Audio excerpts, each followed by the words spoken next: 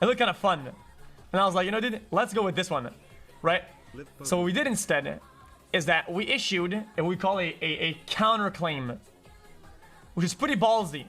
So what a counterclaim does is that they, the DMCA, so they strike me, and instead of saying, oh, I fucked up, it's kind of like saying like, no, I'm right. Kind of, I think.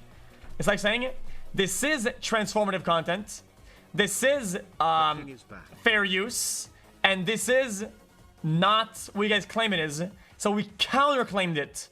So what that does is that removes a strike, but we're fighting back, type of thing. And if this like escalates, well, it'll get crazy. Well, I'm saying it'll get crazy. It'll get fucking crazy. We're talking crazy. Video game attorney, about XQC, we see countless DMCAs come in for our clients, and we normally advise not to counter due to the extreme risks. We discussed all options with Felix and he is confident, as are we, that the content in question was fair use. As such, he made the call to take a stand.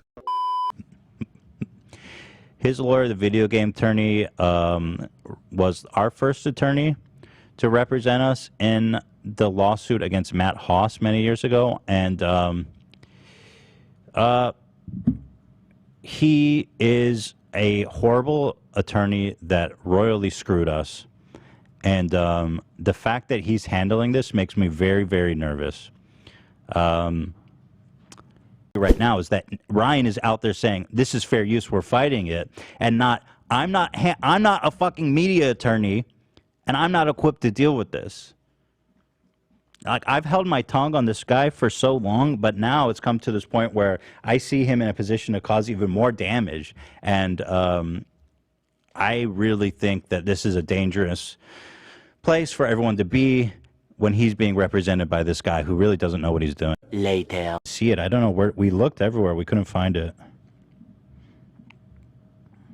And of course, this is always what you like to see your lawyer say. I've learned so much about DMCA and fair use today from Reddit and Twitter. He's probably kidding, right? But yeah, he's being sarcastic. Based on my experience with him, he might be watching this stream feeling like, wow, I learned so much. Yeah, he's taking notes. Yeah, I can't emphasize to you guys how much this guy fucked me and almost lost us that fair use case. He really did.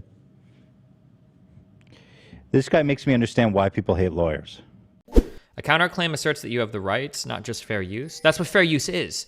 Fair use would mean that if his usage of their material was fair use, then that means whatever clip or whatever content XQC made, he owns the rights exclusively to that content. He owns those rights. So theoretically, if the Olympic Committee were to show XQC's stream watching the Olympic broadcast and without adding content or whatever, XQC could actually sue the Olympic Committee for copyright infringement. Like, that's what that means. That's how strong that claim is when you counterclaim. Oh, because he's saying that he actually does own that content. That his broadcast, he's saying he owns that broadcast. Yes, this was fair use. I own that. It was a transformative piece of work. Yeah.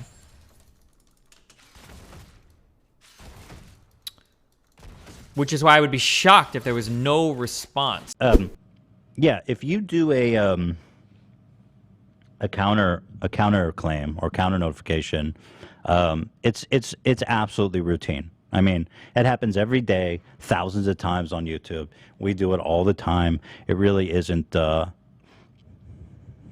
really isn't anything. I mean, obviously, the thing is, like, if the Olympics does a DMCA on you, and you just say, okay, fine, fuck it, then the likelihood that they're going to come sue you is very low because you complied, the content is done, they don't want to sue you over that, it's pointless.